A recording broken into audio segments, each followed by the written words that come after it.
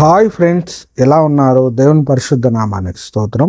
ఈరోజు మన వీడియో ముఖ్యంగా క్రైస్తవులను ఎవరెవరైతే దూషించి సోషల్ మీడియాలో బైబిల్ గురించి తప్పుగా ప్రచారం చేస్తున్నారో అటువంటి వారికి మాత్రమే వర్తిస్తుంది.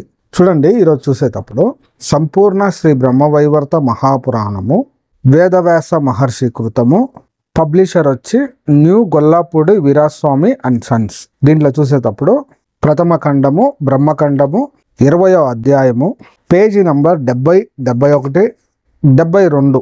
ఇక్కడ కానీ చూసేటప్పుడు మనము చూడండి, కన్యాకుబ్జ దేశమున ద్రుమీలుడను రాజుగలడు. అతని భార్య పేరు కళావతి. ఆమె పతివ్రత అయినప్పటికీ భర్త యందున్న లోపం వలన పుత్రులు కలగలేదు. అందువలన భర్త యొక్క ప్రేరణ వలన అడవిలో తపస్సు చేసుకొనుచున్న కశ్యప వంశ సంజాతుడైన నారదుడు అను ముని వద్దకు వెళ్ళెను. ఆ ముని బ్రహ్మ వర్చస్సు కలిగి శ్రీకృష్ణుని గురించి ధ్యానము చేయుచుండెను. గ్రీష్మకాలమందలి మధ్యాహ్న సూర్యుని వంటి కాంతితో ప్రకాశించుచున్న ఆ మునిని కళావతి సమీపించలేకపోయినది. అయినను శ్రీకృష్ణ భక్తుడైన ఆ ముని తన ధ్యానము చివర తన ముందు అందముగా అలంకరించుకొని మంచి సౌందర్యము మంచి యవ్వనముతో ఉన్న ఆ కళావతిని చూచెను. ఆమె చంపక పుష్పము వలె పచ్చనైన మేలిమి బంగారు రంగు కలది.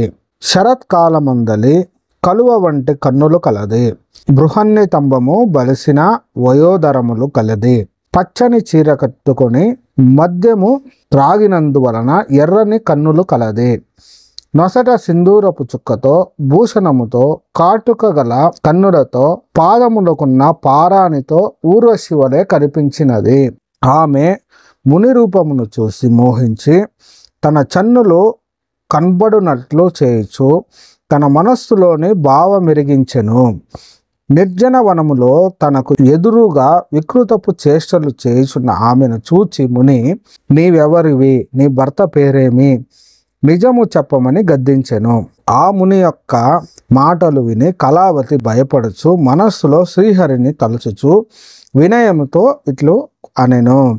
కళావతి ఇట్లు పలికెను, ఓ మహర్షి, నేను ద్రుమీలుడను రాజు భార్యను, గోపికను. నా భర్త యొక్క ఆజ్ఞ వలననే పుత్రులను కోరుకొని మీ దగ్గరికి వచ్చి తిని, దగ్గరకు వచ్చిన స్త్రీని ఉపేక్షించుట తగనిది.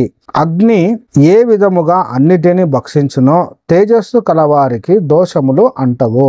అందువలన నాకు పుత్రులు కలుగునట్లు చేయము. శూద్ర స్త్రీయగు కళావతి మాటలు విని ముని కోపముతో వణకుచున్న పెదవులతో నీతియుక్తమైన మాటలు ఇట్లు పలికెను. చూడండి, ఇక్కడ చూసేటప్పుడు కన్యాకుబ్జ దేశంలో ద్రుమీలుడనే ఒక రాజునుడంట. అతనికి ఏమో ఒక లోపం వలన తన భార్యకు పిల్లలు కలగలేదంట. అప్పుడు ఈ యొక్క భర్త ఏం చేస్తుందంటే ఒక బ్రాహ్మణుడి దగ్గరికి పంపిస్తూ ఉండు. చూడండి, ఇది ఎంత నీచమైన విషయమో. అనేక మంది సోషల్ మీడియాలో బైబిల్ గురించి క్రైస్తవుల గురించి దూషించేది తప్పుగా మాట్లాడుతూ ఉన్నారు. అటువంటి వారు ఎవరైనా చూస్తుంటే మీరు ఈ విషయానికి సమాధానం చెప్పాలా. ఇది సరి అయిన పద్ధతేనా? ఇటువంటి కార్యాలు చేసే వాళ్ళని ఏమంటారు? ఒకవేళ ఇప్పుడు పిల్లలు కానీ పుట్టకపోతే ఇటువంటి పనులు చేసే వాళ్ళని మీరు సమర్థిస్తారా? ఒకసారి మీరే ఆలోచించండి. ఇటువంటి నీచమైన కార్యాలు పెట్టుకొని మీరు బైబిల్ గురించి తప్పుగా మాట్లాడడం ఎంతవరకు సరిగా ఉంది? ఈ వీడియో చూస్తున్న ప్రియ వీక్షకులారా, సత్యాన్వేషకులారా, మీరందరూ సత్యాన్ని తెలుసుకోండి. ఇటువంటి కార్యాలు ఏడుపెట్టుకొనేసి బైబిల్ గురించి, పరిశుద్ధమైన యేసు ప్రభు గురించి తప్పుగా మాట్లాడడం ఎంతవరకు సరిగా ఉంది? మీరే ఆలోచించండి.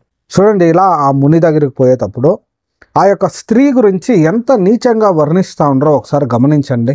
శరత్కాలమందలి కలువ వంటి కన్నుల గలది.